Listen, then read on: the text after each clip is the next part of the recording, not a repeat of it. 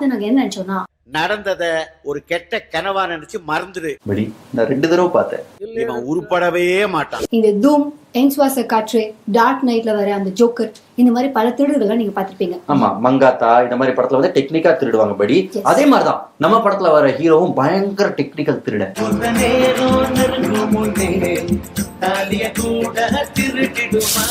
இந்த படத்துல இருக்க முக்கியமான நபர் வந்து இந்த படத்தோடைய வில்லன். அவருக்கு வந்து 50,000 ரூபாய் கேஷ் பிரைஸ் கிடைக்குது. யார்கிட்ட இருந்துன்னா அவருடைய அக்கா மற்றும் மாமா கிட்ட தான் கிடைக்குது. அப்ப நான் எதுவும் சம்பாதிக்கலன்னு சொல்றீங்களா?